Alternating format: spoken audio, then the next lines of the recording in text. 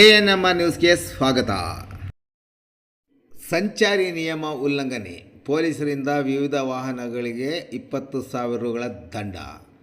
ಚಿಂತಾಮಣಿ ನಗರ ಠಾಣೆಯ ಪೊಲೀಸರು ಇಂದು ವಿಶೇಷ ಕಾರ್ಯಾಚರಣೆ ನಡೆಸಿ 40ಕ್ಕೂ ಹೆಚ್ಚು ಸಂಚಾರ ನಿಯಮ ಉಲ್ಲಂಘಿಸಿದ ವಿವಿಧ ವಾಹನಗಳಿಂದ 20,000 ರುಗಳ ದಂಡವನ್ನು ವಸೂಲಿ ಮಾಡುವಲ್ಲಿ ಯಶಸ್ವಿಯಾಗಿದ್ದಾರೆ.